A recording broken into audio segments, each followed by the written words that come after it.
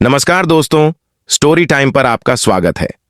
आज हम आपके लिए ऐसे रोमांचक वीडियो लेकर आए हैं जिसे देखने के बाद आपके रोंगटे खड़े हो जाएंगे। दोस्तों, अगर वीडियो अच्छा लगे तो लाइक और सब्सक्राइब करना ना भूलें। तो चलिए कहानी शुरू करते हैं। अनुराग एक सफल इन्वेस्टमेंट बैंकर थे। उनकी जिंदगी दौड़ती हुई जिंदगी थी। हर मिनट मीटिंग्स, कॉल्स और फाइनेंशियल डील की गड्डामड्ड में उनकी जिंदगी कहीं खो सी गई थी। दफ्तर से घर और घर से दफ्तर, यही उनका रूटीन बन चुका था। एक दिन अचानक उन्हें ऑफिस से यह कहते हुए निकाल दिया गया कि कंपनी को अब उनकी सर्विस की जरूरत नहीं है। अनुराग के पैरों तले से जमीन खिसक गई। उन्हें लगा जैसे उनकी पहचान ही छीन ली गई हो। डिप्रेशन के दलदल में फंसते हुए कई दिन गुजर गए। एक रात अचानक उन्हें बचपन का सपना याद आया। वह बचपन में पहाड़ों पर ट्रैकिंग करना चाहते थे, मगर जिंदगी की भागदौड़ में वह सपना कहीं खो गया था।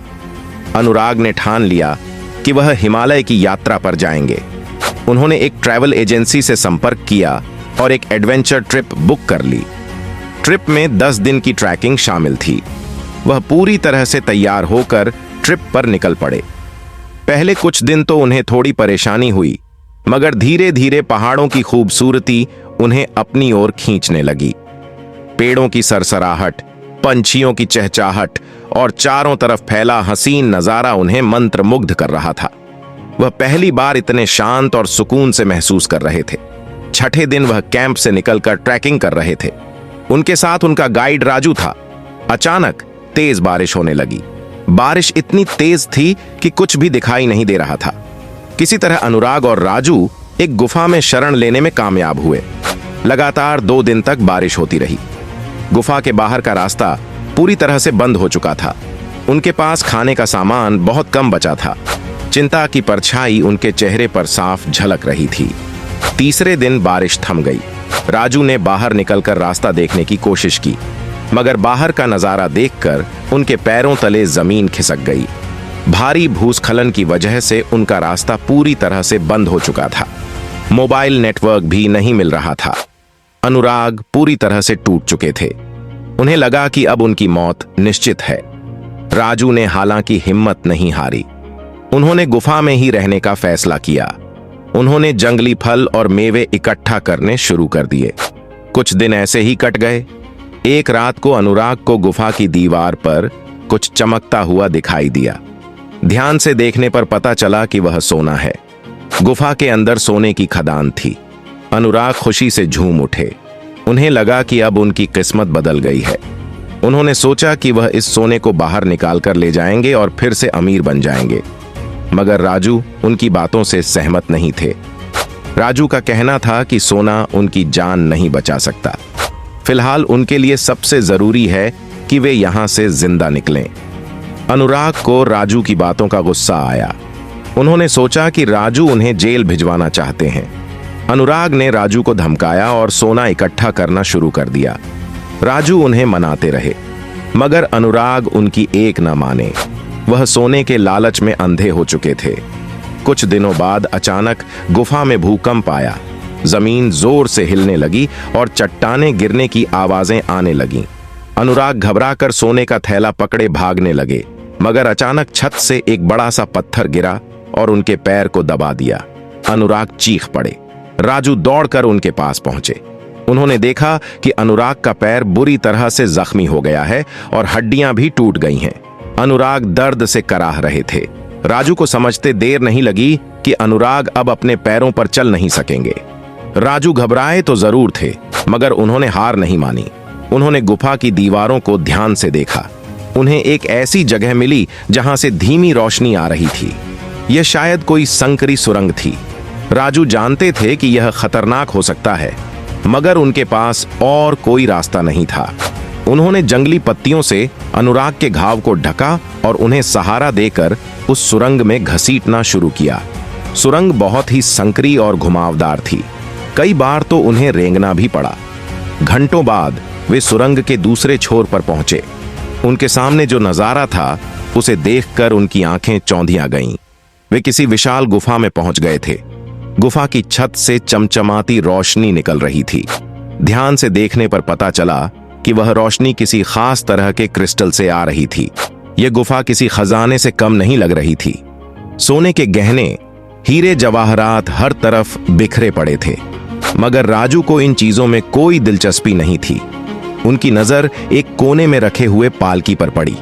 यह पालकी बहुत ही खूबसूरत थी और सोने के धागों से सजाई गई थी।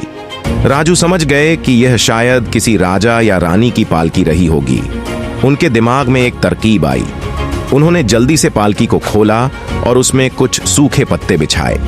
फिर उन्होंने अनुराग को उस पालकी में लिटाया और पालकी के चारों तरफ मजबूत रस्सियां बांध दीं। अब उनकी योजना थी कि वे इस पालकी को किसी तरह बाहर निकालेंगे। गुफा के एक कोने में उन्हें एक छोटी सी नदी दिखाई दी। नदी का पानी क्रिस्टल जैसा साफ था। उन्हें लगा कि वे शायद इस नदी के सहारे किसी न किसी बस्ती तक पहुंचने में कामयाब हो जाएंगे।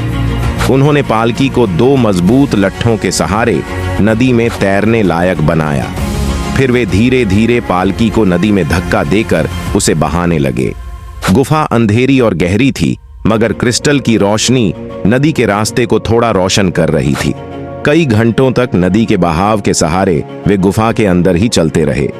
रास्ते में उन्हें कई खतरे उठाने पड़े।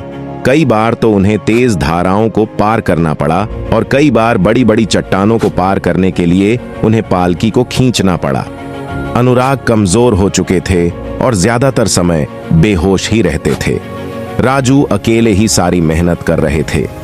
उन्हें नहीं पता था कि यह सफर कब खत्म होगा, मगर उन्होंने हार नहीं मानी। आखिरकार कई दिनों बाद उन्हें दूर से रोशनी दिखाई दी। जैसे जैसे वे रोशनी के करीब पहुंचे, वैसे वैसे उन्हें कुछ आवाजें भी सुनाई देने लगीं। वे खुशी से झूम उठे।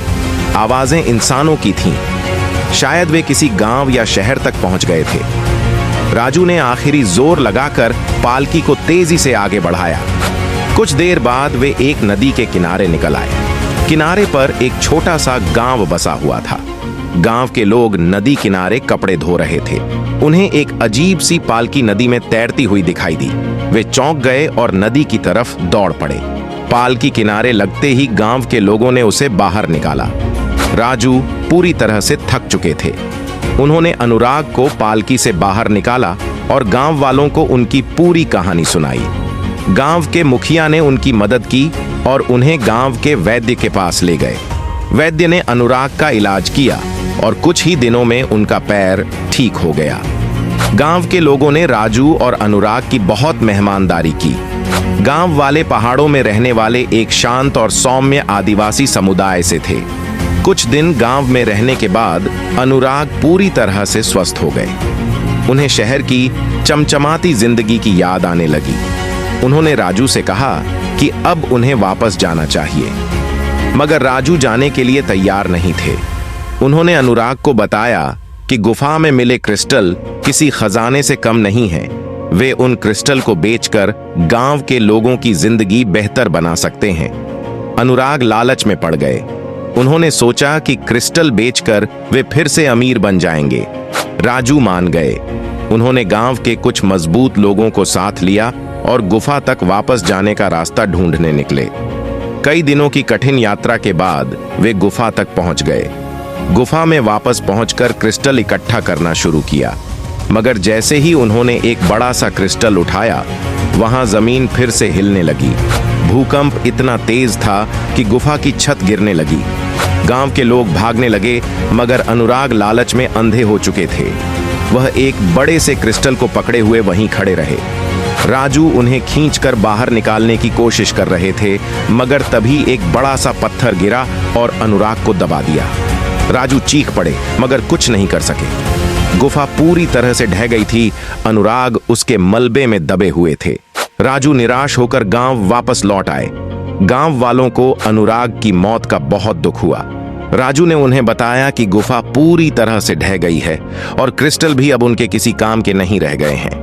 कुछ समय बाद गांव में एक विदेशी भूविज्ञानी दल आया। उन्हें गांव वालों से क्रिस्टल की कहानी पता चली। भूविज्ञानी दल ने उस इलाके की जांच की और पाया कि वहां क्रिस्टल का बहुत बड़ा भंडार है। उन्होंने गांव वालों के साथ मिलकर क्रिस्टल का खनन शुरू कर दिया। यह क्रिस्टल बहुत ही खास था और इसका इस्तेमाल नई तरह की टेक्नोलॉजी बनाने में किया जा सकता था। क्रिस्टल के खनन से गांव वालों की जिंदगी बदल गई। गांव में स्कूल, अस्पताल और सड़कें बन गईं। गांव वाले खुशहाल थे। राजू को हालांकि अनुराग की मौत का गम था, मगर उन्हें इस बात की खुशी थी कि उनकी वजह से गांव का भला हुआ। यह कहानी हमें बताती है कि लालच कभी भी किसी का भला नहीं करती। अनुराग के पास पहले से ही सब कुछ था, मगर लालच में पड़कर वह सब खो बैठा। वहीं राजू की ईमानदारी और दूसरों के बारे में सोचने की भावना ने न सिर्फ उसकी बल्कि पूरे गांव की जिंदगी बदल दी।